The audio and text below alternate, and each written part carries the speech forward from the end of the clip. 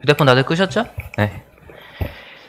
자, 오늘 본문은 마태복음입니다. 근데 제가 일단 여기 주보에는 16장까지만 지금 넣어놨어요. 그런데 다른 본문이 조금 더 있어서 좀 이따 말씀을 드리겠습니다. 일단 죽어야 하는 예수님, 죽여야 하는 예수님이라는 제목이 어떻게 보면 좀 도발적으로 들릴지도 모르겠어요. 하지만 잘 끝까지 들으시면은 이 얘기가 어떤 얘기인지 잘 아시게 될 겁니다. 자, 오늘 이 내용의 가장 핵심적인 부분들은 예수님께서 십자가에 내가 못 박혀 죽으러 갈 것이다 라고 예고를 하는 부분에 있습니다. 이거를 이제 우리는 보통 순환 예고라고 하는데요. 마태복음이든 마가복음이든 누가복음이든 우리가 공간복음이라고 일컫는 이 복음서들에서 예수님의 순환 예고는 3번 나옵니다. 그래서 우리는 이 3번의 순환 예고를 한번 살펴보려고 해요. 물론 이제 공간복음서 전부를 다 살펴보는 건 아니고 마태복음서에서 나오는 부분에서 예수님께서 자신의 순환을 예고하는 부분을 한번 살펴볼 겁니다. 네, 일단 먼저 제가 본문을 여기서 해도 되죠? 네. 이게 아까 읽었던 본문이고요. 그리고 20장 17절부터 21절까지의 내용인데요. 저희가 교독으로 한번 읽겠습니다. 제가 먼저 시작하겠습니다. 예수께서 예루살렘으로 올라가려 하실 때에 12 제자를 따로 데리시고 길에서 이르시되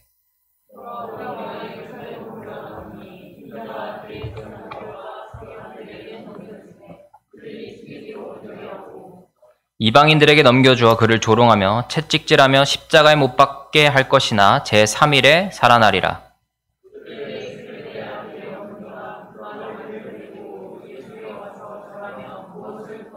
같이 읽습니다. 예수께서 이르시되 무엇을 원하느냐?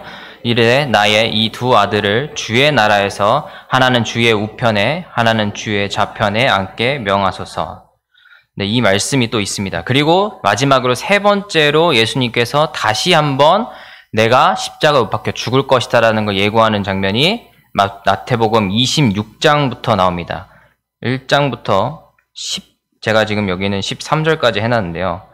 일단은 1장부터는 여기는 제가 중간에 끊어서 제가 혼자 다 읽겠습니다. 예수께서 이 말씀을 다 마치시고 제자들에게 이르시되 너희가 아는 바와 같이 이틀이 지나면 유월절이라 인자가 십자가에 못 박히기 위하여 팔리리라 하시더라. 그때 대제사장들과 백성의 장로들이 가야바라 하는 대제사장의 관정에 모여 예수를 흉계로 잡아 죽이려고 의논하되 말하기를 밀란이 날까 하노니 명절에는 하지 말자 하더라.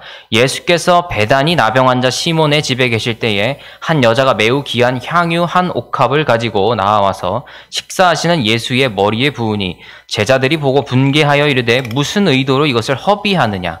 이것은 비싼 값에 팔아 가난한 자들에게 줄 수 있었겠도다 하거늘 예수께서 아시고 그들에게 이르시되 너희가 어찌하여 이 여자를 괴롭게 하느냐? 그가 내게 좋은 일을 하였느니라. 가난한 자들은 항상 너희와 함께 있거니와 나는 항상 함께 있지 아니하리라. 이 여자가 내 몸에 이 향유를 부은 것은 내 장례를 위하여 함이니라. 내가 진실로 너희에게 이르노니 온 천하에 어디서든지 이 복음이 전파되는 곳에서는 이 여자가 행한 일도 말하여 그를 기억하리라 하시니라. 아멘.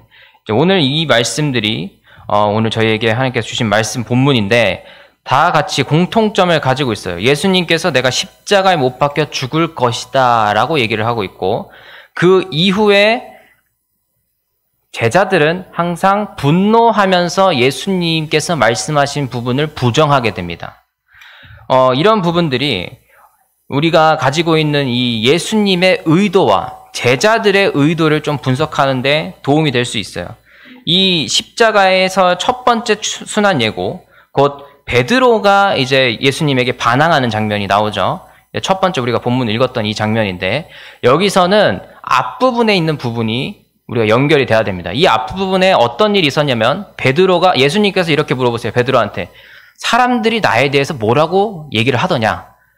그래서 어떤 사람은 뭐 엘리야라고도 하고 뭐 세례 요한이라고도 하고 뭐 선지자라고도 한다. 뭐 이 얘기를 했는데 베드로야 너는 어떻게 생각하니 나에 대해서? 주는 그리스도시요 살아계신 하나님의 아들이십니다. 라고 고백을 하고 나서 예수님께서 야 너가 알고 있는 그 비밀은 너가 스스로 깨달은 게 아니고 하나님이 주신 것이다.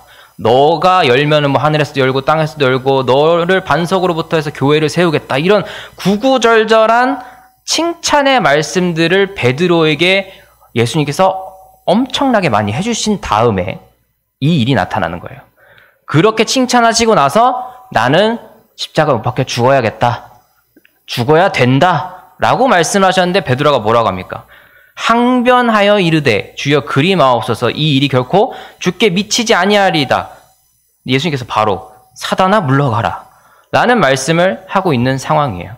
딱 이것만 보더라도 우리가 이 앞에 나오는 분위기랑 지금 이 본문에 나오는 분위기가 베드로의 그 한마디, 예수님 그러지 마세요라고 하는 이 말 한마디에서 180도로 분위기가 전환된다는 거예요. 베드로가 그만큼 칭찬받다가 이만큼 욕을 먹고 있는 겁니다. 왜 이게 연결이 될까요? 왜 이런 흐름으로 진행이 될까요? 이런 것들을 우리가 지금 이제 앞으로 첫 번째, 두 번째, 세 번째 순환 예고를 통해서 제가 한번 살펴볼 겁니다. 그리고 이 본문이 분명히 공간복음서에 다 담겨 있어요. 마태, 마가, 누가 복음서에 다 들어 있습니다. 근데 우리가 마태복음을 택한 이유도 마태복음의 구절을 특별히 이렇게 선택한 이유도 분명히 있어요. 왜냐하면 마태복음이라고 하는 것은 유대인들을 위해서 쓰여진 복음서입니다. 유대인들이 예수님에게 바라는 어떤 모습들이 다른 복음서에 비해서 마태복음서에 좀 더 분명하게 담겨 있어요. 그래서 이 마태복음서가 가지고 있는 그 흐름과 문체와 어떤 이 생각들이 예수님을 어떻게 바라보고 있느냐, 유대인들이 예수님을 어떻게 바라봤냐를 우리가 좀 더 고민을 할 때 좀 더 풍성한 말씀을 우리가 깨달을 수 있다는 겁니다. 그렇다면 일단 베드로가 왜 이렇게 당당하게 예수님께 그러지 마시라고 할까요? 자신의 스승님이고 그리고 하나님의 아들이라고 자신이 분명히 이 앞에서 고백을 했음에도 불구하고 예수님이 말하면 그대로 이루어지겠거니 분명히 생각할 법한데 왜 자신의 기준을 앞세워서 예수님 그러면 안 된다라고 오히려 항변하면서 본인이 가르치듯이 예수님을 가로막느냐 이 말이에요. 도대체 베드로는 어떤 생각을 가지고 있었길래 예수님께 그렇게 칭찬받았음에도 불구하고 갑자기 이런 우리 그냥 표현하자면 물을 흐리는 듯한 이 표현을 찬물을 끼얹는 듯한 이런 발언들을 할 수 있느냐는 거예요. 예수님께서 죽는 게 베드로에게 어떤 의미가 있길래 이런 어떻게 보면은 버릇없다고도 할 수 있는 예수님이 그렇게 하시겠다는데 이런 발언들을 할 수 있을까?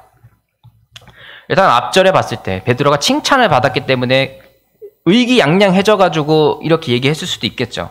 그리고 베드로는 이러한 예수님의 선물들이 예수님으로부터 비롯된다는 걸 알고 있었어요. 주님께서 교회를 세우시고 그들에게 어떤 상을 주시고 믿음의 어떤 확고함을 주시는 그런 선물들, 혹은 유대교가 그동안 채워주지 못했던 것을 세워주시는 분이 바로 예수님이구나라는 걸 알고 있었어요. 그렇기 때문에 하나님의 아들이다라고 하는 표현을 썼겠죠. 그리고 그의 반석, 믿음 위에 교회를 세우시겠다라고도 말씀을 했는데 결국 이런 것들이 우리가 차근차근 살펴보면 하나님의 아들이라고 하는 표현과 이 베드로의 믿음이 분명히 밀접하게 연관성이 있다는 걸 우리가 알 수가 있죠. 이거는 언제 더 분명해지냐면 요한복음에 제가 지난번에 처음에 여기 와서 설교했던 게 도마에 대한 설교였어요. 그래서 제가 이 베드로가 예수 그리스도를 표현하는 이 고백과 도마가 고백하는 표현에 분명한 차이점이 있다라고 말씀을 드렸어요.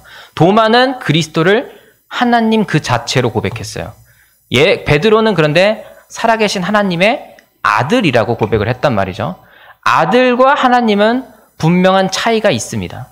그리고 동시에 그 당시 문화권에서는 아들은 아버지의 권한을 동일하게 갖고 있어요. 이거를 생각해보면 똑같지만 다름을 동시에 가지고 있는 게 예수 그리스도의 성격이라는 거예요. 근데 일단 베드로는 좀 더 다름에 집중을 했어요. 일단 아버지를 두고 그 아들이라고 얘기를 했기 때문에.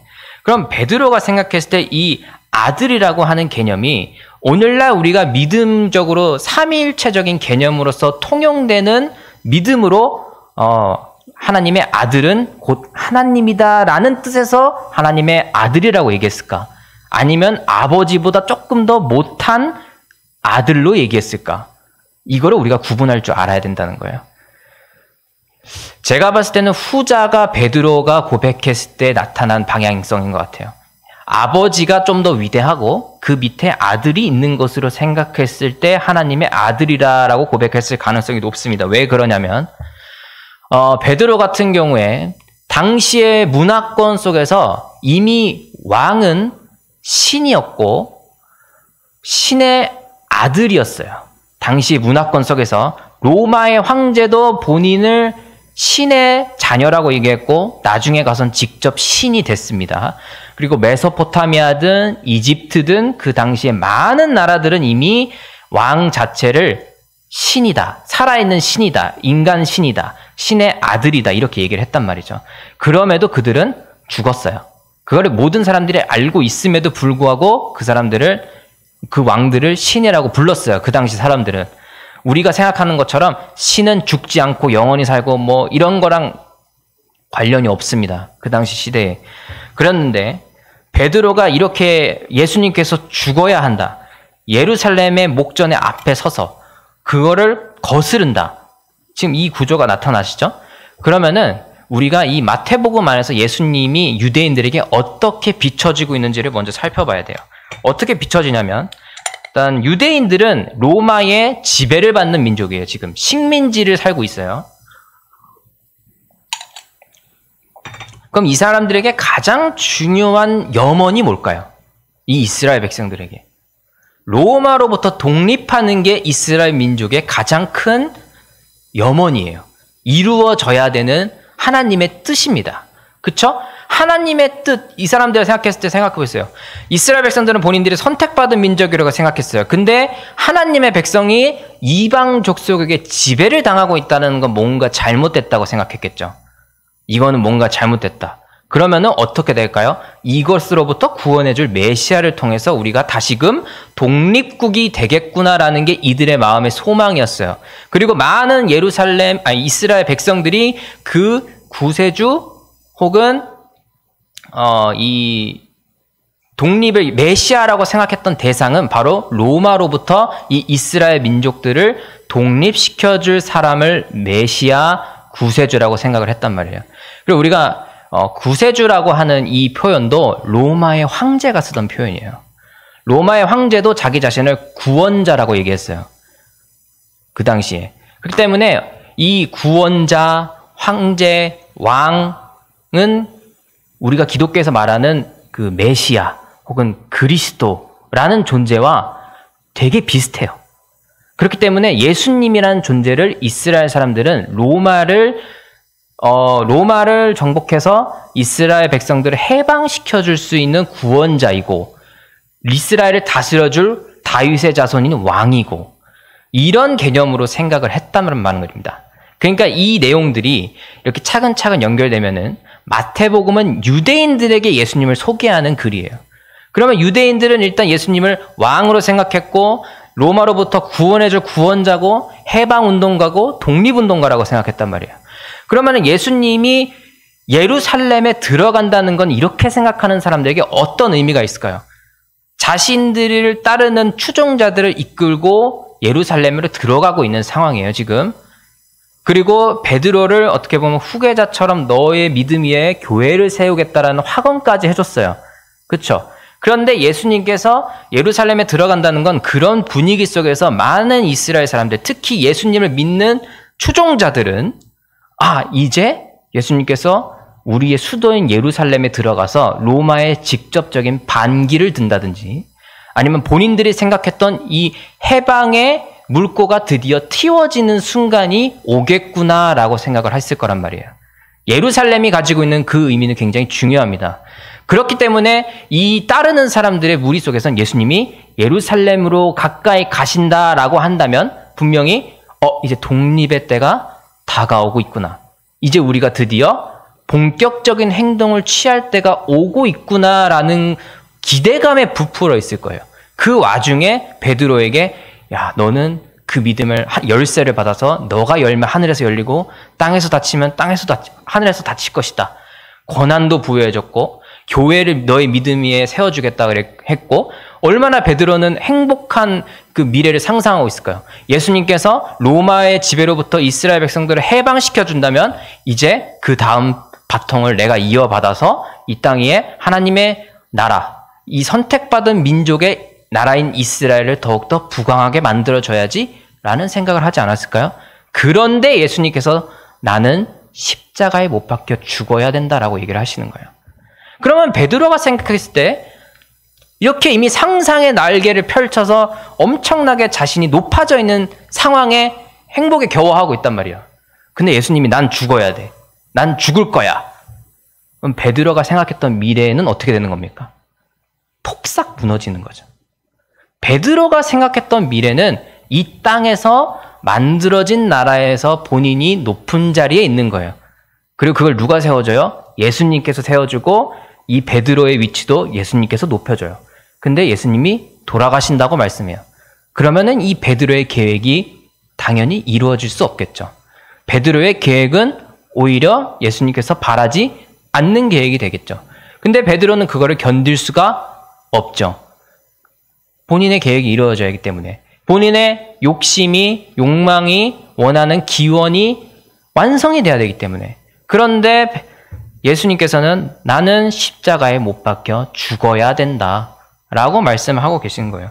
그럼 베드로는 분명히 여기서 항변하여 이르되 예수님께서 이런 일이 당하시지 않도록 제가 돕겠습니다 라고 얘기할 수밖에 없는 상황인 거죠. 본인의 계획을 성취하기 위해서. 그러면은 이런 상황 속에서 베드로가 가지고 있었던 그 하나님의 아들이라고 하는 표현은 정말 하나님과 동일한 존재로서의 아들이 아니라 결국 당시에 주변의 많은 나라들이 생각했던 왕에 대한 이미지를 그냥 이야기한 것뿐이라는 거예요. 그렇게 하지 않고는 이 후반부에 나오는 베드로가 생각하는 이 발언들을 우리가 이해할 길이 없습니다. 베드로가 정말로 하나님의 아들이라고 예수 그리스도를 우리가 지금 믿음으로 고백하는 것처럼 이야기를 했다라고 한다면 이런 발언들이 나올 수 있었을까요? 베드로가 예수님과 3년 동안 동거동락하면서 예수님이 하나님의 나라가 곧 온다, 회개하라라고 얘기했을 때 그 하나님의 나라가 로마로부터 독립된 나라라고 생각했단 말이에요. 근데 예수님은 그거를 하나님의 나라라고 이야기하지 않았어요. 더 너머에 있는 차원에서의 하나님 나라를 이야기하고 있을 때 베드로는 우리가 발을 딛고 사는 이 현실에서의 하나님의 나라를 계속 생각해 왔던 거죠. 한마디로 뭘까요? 독립이죠. 독립운동가예요. 어떻게 보면 이 베드로라고 하는 인물은. 이런 상황들이 마태복음에서 굉장히 두드러지게 나타나고 요한복음에 가서는 거의 베드로가 이런 현실적인 결과를 쫓다가 예수님에게 굉장히 부끄러움을 많이 당하는 인물로 묘사가 돼요. 특히 요한복음에서는. 요한복음은 어떻게 보면 좀 더 너머에 있는 세계에 집중하고 있는 복음서예요. 그렇기 때문에 그런 베드로가 요한이 얘기하고자 하는 모습들을 좀 더 분명히 대비시켜주는 역할로서 아마 베드로가 쓰였을 가능성이 높아요. 왜냐하면 베드로라는 한 존재는 굉장히 우리랑 비슷합니다. 인간이라고 하는 존재가 어떻게 예수님을 그리고 있고 바라고 있고 따라가고자 하는지를 굉장히 잘 보여줘요. 그래서 이 베드로를 우리가 쉽게 욕할 수 없어요. 베드로가의 모습이 바로 우리의 모습이기 때문에 우리가 이야기하고 있는 기도, 우리가 하나님에게 바라고 있는 메시지들, 기도들, 바라고 있는 응답들 한번 다 생각해 보세요. 베드로가 이야기하는 것과 크게 다르지 않습니다. 그러니까 우리가 그걸 한번 살펴봐야 되는데요.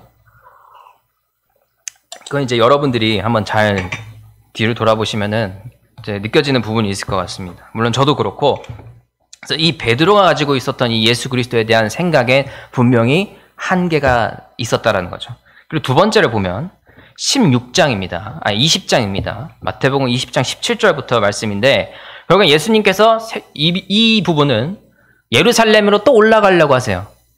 이걸 보면 이제 예루살렘으로 첫 번째에서는 안 들어가셨다라는 거죠. 다시 올라가려고 하실 때에 12제자를 따로 데리고 가실 때 내가 또 십자가에 못 박혀 죽어야 될 것이다. 그리고 3일 만에 부활할 것이다. 얘기하셨어요. 근데 그때 세베대의 아들의 어머니 야고보와 요한입니다. 사도 요한이고 사도 야고보예요. 우리 야고보서를 쓴 그 야고보는 사도 야고보가 아닙니다. 예수님의 동생 야고보예요. 이거 모르는 사람 있을 것 같은데 분명히 구분해야 돼요. 이 여기서 나오는 세베대의 아들이 2명인데 거기에 사도 야고보가 있고 사도 요한이 있습니다. 이 두 아들의 어머니가 아들들을 쫄쫄쫄 갑자기 끌고 와가지고 예수님한테 와서 절하면서 구하는 거예요. 뭘 원하니? 예수님께서 이 두 아들을 주의 나라에서 하나는 주의 우편에 하나는 주의 좌편에 앉게 명하소서. 이렇게 나온단 말이죠. 그러니까 내 아들을 하나는 우편에 하나는 좌편에 앉게 해주세요. 이렇게 얘기를 하는 거예요. 근데 이 본문에서 조금 차이점이 있다라고 한다면 이 어머니는 그렇다고 예수님이 죽는 걸 막지는 않았습니다. 근데 중요한 건 우리가 여기서 21절에 봤을 때 여러분 성경책 한번 보세요. 21절에 주의 나라라고 하는 부분을 명확하게 보셔야 돼요. 여기서는 한국어 성경에서는 우리가 구분할 수 없습니다. 이 주의 나라가 주님의 나라인지 아니면 예수님 당신의 나라인지 우리가 구분할 수가 없어요. 주님의 나라라고 한다면 이 나라는 예수님께서 얘기하셨던 하나님의 나라로도 해석될 수 있습니다. 그렇죠? 주님의 나라니까 주인 되신 분의 나라니까 예수님 나라일 수도 있고 하나님의 나라일 수도 있어요. 근데 우리는 보통 주의 나라라고 한다면 그냥 예수님께서 얘기하셨던 그 나라, 바로 하나님 나라를 같이 떠올립니다. 하지만 여기서 우리가 헬라어 원어 성경을 보게 되면 여기선 우리가 높임말을 쓰니까 주의 나라라고 지금 번역돼서 이런 문제가 생기는 거예요. 원래는 여기 원어로 적혀 있는 거는 영어로 치면 your kingdom이에요. 그러니까 당신의 나라라는 거예요. 그러면 이 여인은 뭘 생각한 걸까요? 하나님의 나라를 외쳤던 걸 예수님께서 계속 얘기하셨던 그 하나님의 나라를 생각한 게 아니고 예수님께서 다스리시는 그 나라를 생각했다라는 거예요. 이게 원어를 봐야지 알 수가 있습니다. 그래서 이게 지금 여기서는 헬라어에서는 수라고 적혀 있는데 그게 영어로 치면 your이에요. 그러니까 당신의, 여기에는 하나님의 라는 뜻이 들어가지 않습니다. 바로 이 세베대 아들의 어머니가 눈앞에서 보고 있는 예수님의 나라라는 뜻이에요. 그러면 이 여인은 결국 예수님께서 그동안 계속 얘기했었던 하나님의 나라를 생각한 게 아니에요. 예수님께서 직접 다스리시는 나라를 생각한 거죠. 이 여인은 부활까지는 믿었을지도 몰라요. 여기에 대해서 그 이상에 대한 얘기를 안 하고 있기 때문에. 그러면은 이 여인이 생각했을 때 우리가 추측해 볼 수 있는 거는 이 예수님께서 부활하신다고 했으니까 신적인 존재까지 믿는 거예요. 그러면 예수님께서 이 땅에서 직접 다스리실 때에 3일 만에 부활하신다고 했으니까 그러면 그때 나라가 세워지겠구나. 그러면은 우리 아들들 높은 자리 주세요. 얘기를 하는 거죠. 이게 지금 뭔지 아세요? 유언을 미리 받아놓는 거예요. 부모님 돌아가시도 않았는데 나한테 미리 저 선산 미리 떼주십시오. 구두 계약을 해주시죠. 도장 찍어주시죠. 누구 앞에서? 제자들 다 앞에서. 이 어머니가 굉장히 대단하신 분이에요. 아주 철면피예요. 철면피. 이게 웬만한 강심장을 이렇게 하기 힘듭니다. 근데 아들 데리고 따라간 아들도 솔직히 이게 한 마음이란 얘기예요. 만약에 본인들이 잘못 생각했다 그러면 어머니 왜 그러십니까? 이러지 마세요. 이거 쪽팔려요. 이럴 수 있어요. 나이가 몇 살인데 여기 지금 나오는 제자들이 다 그냥 따라와요. 그럼 뭐겠어요? 제자들도 이 어머니와 같은 마음이었던 거예요. 본인들이 그냥 예수님이 다스리시는 그 나라의 좌편과 우편에 앉아있기를 얼마나 바랬을까요? 예수님의 부활을 죽는 것도 알고 있었고 부활도 알고 있었어요. 하지만 하나님의 나라는 믿지 못했습니다. 이들은 본인들이 높은 자리에 올라갈 그 나라를 원했던 거예요. 본인들이 우편에 앉아있고 좌편에 앉아있을 수 있는 그 예수님의 나라를 원했던 거예요. 진짜 예수님의 나라가 아닙니다. 본인들이 높은 자리에 올라갈 수 없다라고 한다면 이들은 믿지 않았을 거예요. 그 나라가 중요하지 않았을 겁니다. 이게 지금 우리가 성경을 읽을 때 캐치해낼 수 있는, 우리가 분별할 수 있는 지점이에요. 이런 거를 진짜 엄밀히 따져가면서 읽어야 돼요. 그래야 보여요. 겨우 보여요. 그리고 우리가 성경을 디테일하게 이렇게 지금은 봤지만, 지금 제가 아까 살펴본 거는 16장도 봤고, 지금 20장도 보고 있고, 앞에 이제 뒤에 가면은 24장인가요? 24장도 이제 26장도 볼 건데, 다 같은 얘기를 하고 있다라는 거예요. 결국은 넓게도 봐야 되고 조그만하게 세세하게도 봐야 되고 이런 것들을 다 우리가 할 수 있어야 돼요. 성경을 보다 온전한 의미를 해석하기 위해서는. 그래서 어쨌든 다시 돌아가면은 이 두 번째 이야기에서 결국 예루살렘으로 올라가고 죽임을 당해야 된다고 얘기하고 이 어머니가 와서 내 아들들을 하나는 우편 하나는 좌편 하고 나서 제자들이 어떻게 되는 줄 아세요? 또 화를 내요. 어떻게 니네가 예수님한테 그런 얘기를 할 수 있느냐. 베드로도 아까 화냈죠? 항변했죠? 여기서 제자들 또 화냅니다. 그 왜 화내겠어요? 너네만 입이니? 이런 뜻이겠죠, 사실. 예?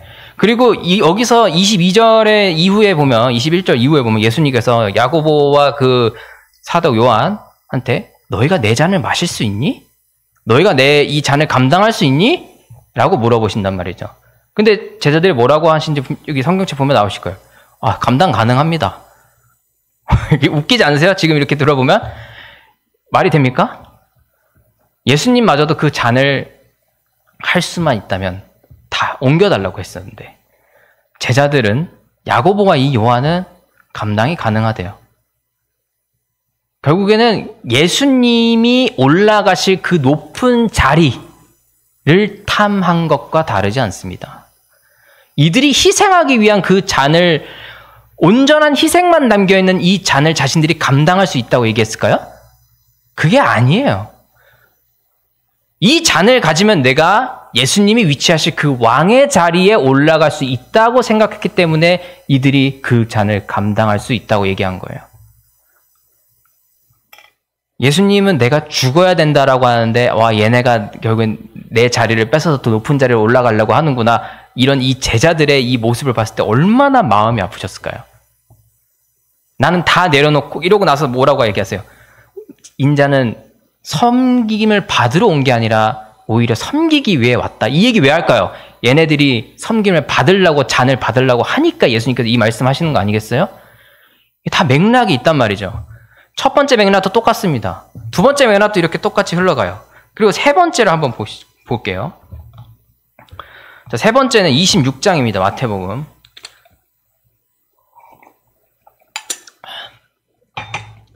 본문이 많아가지고 좀 목이 좀 칼칼한데 이 세 번째 이야기도 우리가 잘 아는 내용이에요. 이 향유 옥합을 깨트린 이 여인에 대한 이야기입니다.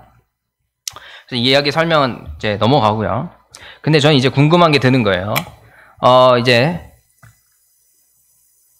자, 여기에서 보면은 자 8절 봅니다. 제자들이 보고 분개한다. 향유 옥합을 가지고 나와서 예수님의 머리에 부었을 때 이것을 분개합니다. 자, 저는 이 본문을 딱 들었을 때 드는 생각이 있었어요. 제자들에게 예수님이라고 하면 굉장히 중요한 분이고 높은 분이고 하나님의 아들이라고 자기들끼리 고백을 했음에도 불구하고 그분에게 이 귀한 향유를 부었을 때 왜 화를 낼 수 있을까? 그런 생각 안 드셨어요? 그런 생각이 들어야 됩니다. 좋다면서요. 이 향유 옥합이 그렇게 값비싸고 귀한 거라면서요. 근데 예수님한테 부었을 때 왜 화가 납니까? 그렇게 좋은 건데? 여기에 대해서 궁금해 보신 적이 없으세요? 궁금해야 돼요. 왜 화를 낼까요? 이 제자들이. 잠깐 한번 생각해 보세요. 이렇게 귀하고 좋고 비싼 물건을 예수님에게 우리 선생님한테 누군가가 선물로 드렸단 말이에요. 이거 뭐 질투도 아니고 이 사람들이 화낼 이유가 뭐가 있습니까 도대체. 그렇게 좋은 거 줬는데 우리 선생님을 위해서 이렇게 섬겨주시다니 정말 감사합니다라고 얘기해도 모자를 파네. 이 여인에게 야 그거 팔아가지고 가난한 사람들 나눠주면 더 잘 쓸 수 있는데 예수님 머리에다가 아깝게 그거를 붓니? 이 얘기잖아요 지금. 이게 왜 화낼 문제라는 거예요. 이게 왜 화낼 문제일까요? 이해가 안 되는 거예요 이게. 왜 그럴까요? 그래서 저는 이제 한 두 가지 정도를 생각을 해봤는데요. 첫 번째는 이제 이 구절에 보면 이것을 비싼 값에 팔아서 가난한 자들에게 줄 수 있었겠도다 하고 늘 이렇게 얘기를 하잖아요, 제자들이. 그러면 예수님의 사역적인 부분들을 좀 전체적으로 살펴보게 되면 우리가 예수님께서는 가난한 자들에게 베푸는 사역들, 그리고 뭐 먹을 거 없는 사람들에게 먹을 거를 주고 오병이어 기적을 이렇게 베풀어 주고 이렇게 어떻게 보면 사회적으로 조금 차별받는다거나 약자이거나 이런 사람들을 도와주는 사역을 굉장히 많이 하셨잖아요. 제가 베데스다 연못 때도 그랬지만 그런 것들을 봤을 때 예수님께서는 오히려 이런 물건이 있으면은 우리가 제자된 입장에서 만약에 예수님의 가르침은 이 가난한 자들, 연약한 자들, 사회에서 부정응한 자들을 살피는 게 그분의 가장 핵심적인 사역이라고 우리는 가르침을 받았다라고 생각을 했을 거예요. 이 제자들은 그 옆에서 생활을 하면서. 그러면 이제 이 여인이 이거를 부었을 때 화내는 이유는 첫 번째로는 저는 예수님 제가 이렇게 당신의 가르침을 잘 따르고 있고 가르침을 잘 배우고 있습니다를 보여주려고 하는 행동이 아닐까? 그럴 가능성이 있다는 거죠. 그리고 이 의견에 대해서 제 생각에 대해서 다른 부분들을 좀 더 11절을 보면 가난한 자는 항상 너희와 함께 있거냐 나는 항상 함께 있지 아니하다라고 예수님께서 얘기를 하세요. 그럼 이 향유 옥합이라고 하는 이 귀한 물건에 대한 이 상징이 제자들에게 그리고 우리들에게도 받아들여질 때는 어떻게 보면 우리 인간의 먹고 사는 문제 혹은 우리의 육신의 문제라고 아마 제자들이 받아들였을 가능성이 높습니다. 제자들은 이 향유 옥합이라는 것을 예수님께서는 우리의 삶의 문제를 해결하러 오신 것과 같다라고 생각할 수 있어요. 왜냐하면 가난한 자들, 사회로부터 버림받은 자들, 그리고 과부들, 어린아이들을 보살피는 사역들. 결국엔 우리가 사회를 돌아볼 때 어떻게 보면 먹고 사는 문제들, 그리고 다른 사람들에게 차별받는 사람들을 끌어올려주는 어떻게 보면 오늘날 보면 사회복지 같은 부분이겠죠. 그런 도덕적인 부분들 아니면은 이 어떤 공동체 전체를 평등하게 만드는 사역들을 예수님께서 하러 오셨다라고 제자들은 생각했을 수 있습니다. 그럴 가능성이 굉장히 높아요. 그래서 이 향유 옥합이라고 하는 이 물건을 오히려 팔아서 사람들에게 도와주는 게 낫지 않냐. 이것이 예수님의 가르침이고 내가 그것을 굉장히 잘 배워서 이 여인에게 말해주고 있습니다. 예수님 나 잘했죠? 이렇게 지금 얘기할 가능성이 첫 번째 있습니다. 그래서 어떻게 보면 이 제자들이 예수님을 바라봤을 때 예수님의 사역의 가장 큰 목적 중에 하나는 사회를 평등하게 바꿔주는 것. 먹고 사는 우리 인간의 육신의 문제를 해결해 주는 것이라고 생각했을 수 있습니다. 그런데 예수님께서 11절에 얘기하시죠. 가난한 자들은 항상 너희와 함께 있지만 나는 항상 함께 있지 아니하다. 너희들이 생각했을 때 내가 사역하는 게 가난한 자들을 위해서 온 것 같니? 내 사역의 방향성이 너희들의 먹고 사는 문제를 해결해 주러 온 것 같니? 너희들의 육신의 문제를 해결해 주러 온 것 같니? 나는 너희와 항상 있지 아니하다. 그게 아니라는 거죠. 예수님께서는 그보다 더 너머의 크신 사역을 위해서 오셨어요. 인간들의 문제들, 우리 사회에서 일어나고 있는 그런 문제들, 이거를 폄하하거나 작게 얘기하는 게 아니에요. 예수님이 오신 목적은 하나님 나라를 위해서 온 것이지 인간들의 문제를 해결해 주기 위해서 온 게 아닙니다. 이게 문제 해결이라 그러면 조금 그럴 수 있는데 인간의 필요를 채워주기 위해서 오신 게 아닙니다. 내가 돈이 없어요. 예수님 채워주세요. 내가 병이 있어요. 고쳐주세요. 우리 자식이 문제가 있어요. 잘 되게 해주세요. 만사 형통하게 해주세요.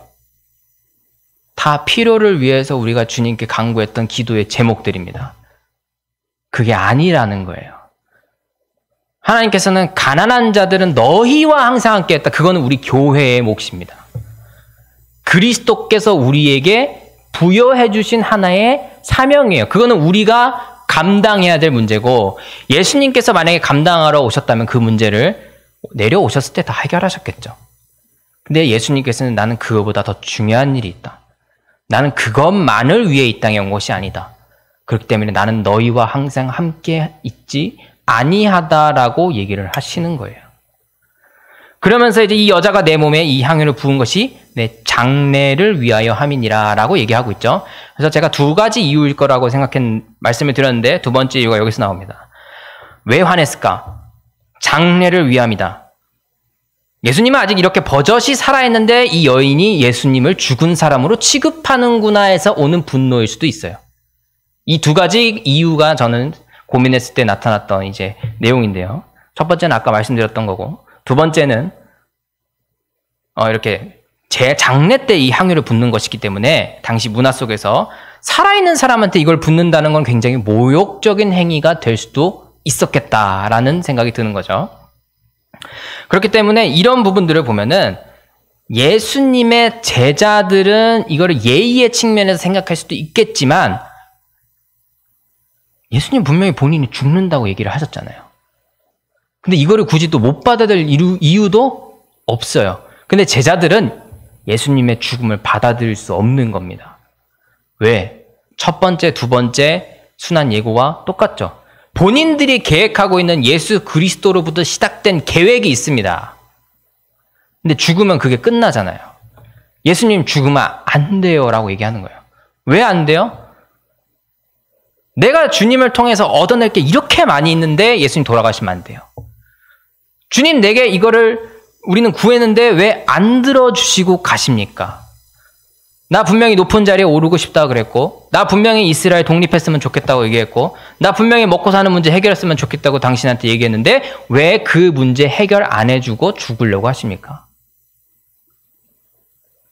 그러니까 죽음을 못 받아들이는 거예요. 여러분들 예수님이 여러분 안에서 돌아가셨나요? 십자가에 못 박혀 죽으셨나요? 우리는 죽었다고 믿으면서 정작 정말로 죽였는지 물어야 돼요. 그래서 제가 오늘 제목을 죽어야 하는 예수님은 있지만 우리가 정작 예수님을 죽이지 못하고 있다. 예수님은 이 땅에 죽기 위해서 오셨습니다. 그렇죠? 성경은 그렇게 얘기하고 있어요. 근데 제자들은 어떻게든 예수님을 죽이지 않으려고 노력합니다. 왜? 본인들의 필요가 아직 채워지지 않았기 때문에.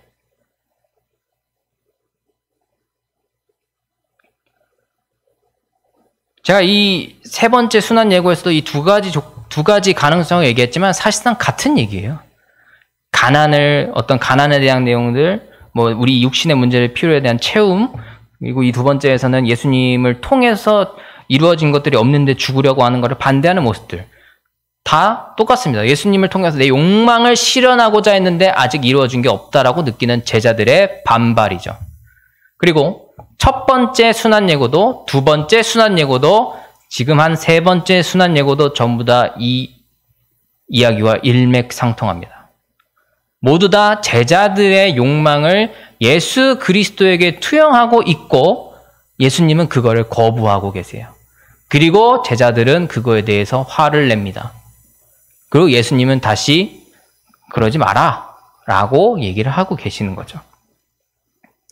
결국엔 예수님의 죽음을 받아들인 사람들은 당시의 기준에서 모든 것이 충족되어 있는 유대인 남성들이 아니에요.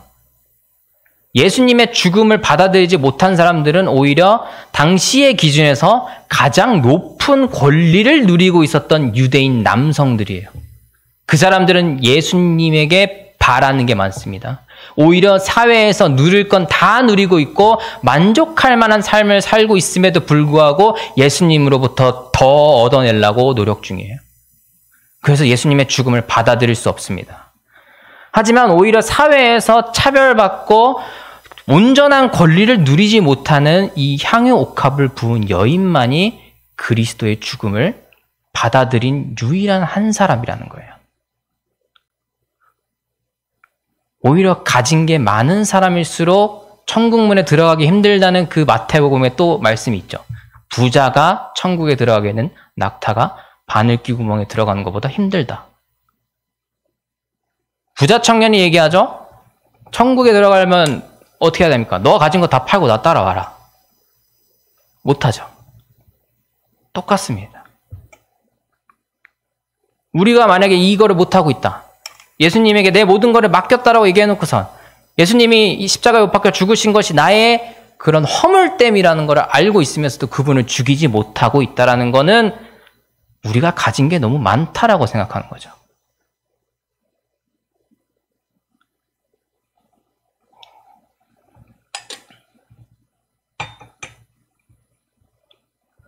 요한복음 1장 29절에서는 예수님에 대해서 이렇게 이야기합니다. 세례 요한이 보라, 세상 죄를 지고 가는 하나님의 어린 양이다. 예수님은 하나님의 어린 양임과 동시에 결국 우리의 죄를 짊어지고 가는 제물입니다. 우리가 내려놔야 될 것들을 오히려 예수님께서 지고 가셔야 된다는 게 예수님의 사명이었어요. 그렇기 때문에 수고하고 무거운 짐진 자들아 다 내게로 오라라고 분명히 얘기하실 수 있는 거예요. 하지만 그와 동시에 예수님께서는 베드로에게 얘기하신 것처럼 나를 따르려거든 자기를 부인하고 십자가를 지라고 얘기를 하세요. 나의 멍에를 지라고 또 얘기하십니다. 우리가 예수님께 내려놓는 게 있으면 또 그만큼 우리가 져야 되는 부분도 있어요. 항상 우리가 거기에 모든 걸 내려놓고 우리의 필요를 채워주고 해주는 만병통치약이 아니에요, 예수님은. 도깨비 방망이가 아니라는 거예요. 근데 우리가 예수님께서 너가 힘든데 내 멍에를 지라라고 얘기하지도 않아요. 내 멍에를 질 수 있는 사람은 지게 되겠죠. 그리고 결국 우리는 그 멍에를 함께 져야 될 거예요. 거기까지 가는 게 우리의 믿음의 성장의 장성한 분량으로 이르는 길입니다. 우리가 만약에 그런 부분까지 가지 않는다면은 아직 우리는 욕망의 눈으로, 우리의 욕심의 눈으로 예수 그리스도를 보고 있다는 거예요. 우리의 죄 때문에 죽어가는 지고 십자가에 못 박힌 예수 그리스도에 대해서 우리가 계속 이렇게 얘기하고 있습니다. 내 문제를 해결하기 전까지는 예수님 죽으시면 안 됩니다.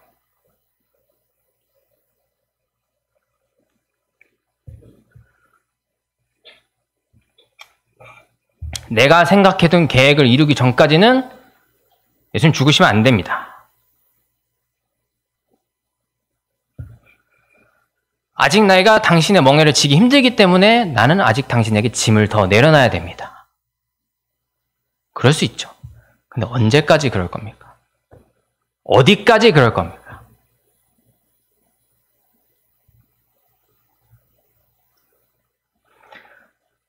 (16장 23절에도) 베드로한테 이렇게 사단에 물러가라 하시면서 네가 하나님의 일을 생각하지 않고 도리어 사람의 일을 생각하는도다. 제자들은 죽음 위에 부활, 그 너머의 세계를 생각하지 않았어요. 육체의 문제를 넘어서 그 더 중요한 것이 있다는 것을 생각조차 하려고 하지 않았어요. 오히려 자신이 살고 있는 이 땅에서 예수님께서 하시는 모든 사역들이 이루어져서 그 이익을 자신들이 보기를 원했습니다. 그게 언제 더 분명해지는지 아세요? 예수님이 내가 죽어야 된다라고 했을 때 더 분명해지는 거예요. 이 제자들의 마음이. 우리가 숨겨져 있었던 인간의 욕망이 드러나는 것은 그 욕망에 좌절되려는 그 순간 그 바로 앞에 더 드러나게 됩니다. 예수님께서 십자가 못 박혀 내가 죽어야 될 것이다 라고 얘기하지 않았으면 제자들의 이 욕망이 드러나지 않았을 거예요. 우리의 욕망이 드러나는 순간은 우리의 계획이 무너질 때입니다. 그리고 그거를 예수님께서는 끊어내야 된다라고 얘기하고 계세요. 이 베다니라는 동네도 결국은 예루살렘으로 가는 동선에 있는 마을이고 예루살렘으로 가는 이 길목에 있는 마을이에요.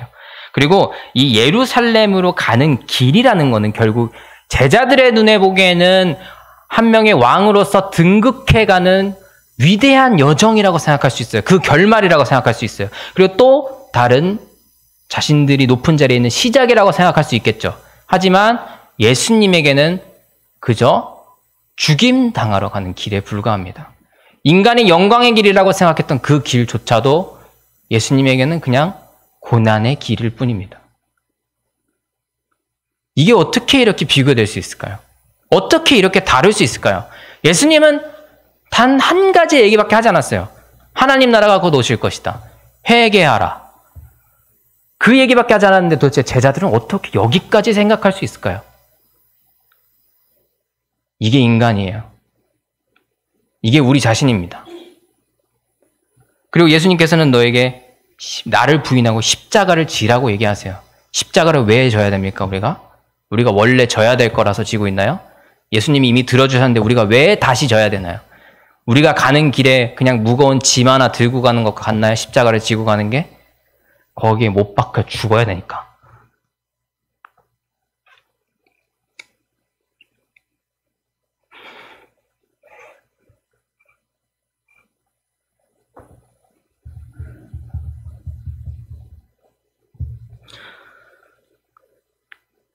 우리가 잊고 있는 게 있는데 예수님이 대신 죽어주시는 거지 결국엔 우리가 죽어야 되는 자리예요.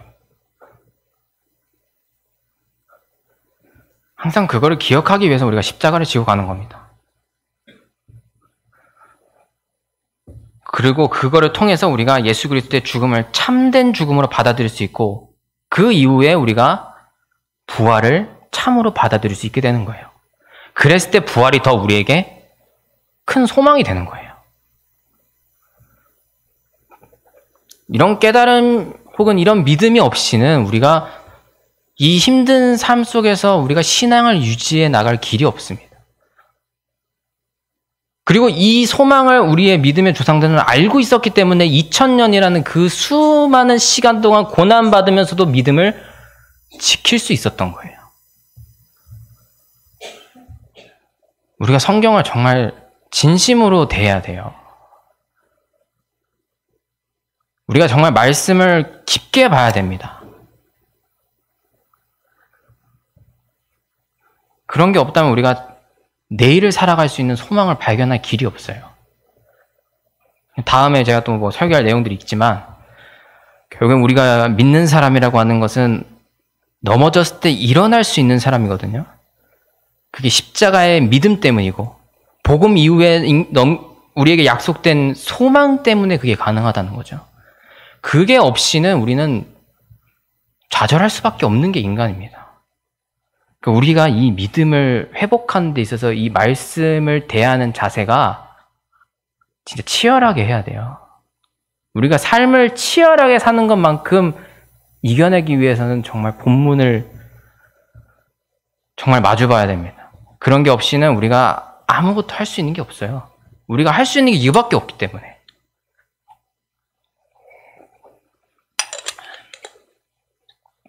우리 여러분 모두 세상 죄를 지고 가는 하나님의 어린 양 대신 그리스도를 따라서 죽음으로 함께 나아갈 수 있는 관동교회 성도들이 되길 바랍니다. 네, 오늘 기도하고 마치겠습니다. 하나님 아버지, 오늘도 이렇게 주님의 십자가 사건에 대해서 순환을 예고하시면서 우리에게 들려주시는 이야기들을 통해서 하나님께서 예수 그리스도를 보내시어 얘기하신 그 하나님 나라와 우리가 생각하고 있는 하나님의 나라가 너무도 다르구나를 깨닫습니다. 우리가 예수 그리스도를 통해서 원하는 것이 너무 많았고 구하는 것이 너무 많았으나 우리가 주님께서 이 땅에 오신 참된 그 죽음의 의미를 되새기면서 우리가 그 죽음에 동참할 수 있는 믿음을 허락하여 주시옵소서. 우리가 그로부터 시작되어 당신의 부활에 이르기까지 이르는 그 소망을 붙잡고 살아가는 내일이 가득한 오늘의 그리스도인들이 될 수 있도록 도와주시옵소서. 이 모든 말씀 우리 주 예수 그리스도의 이름으로 기도드립니다.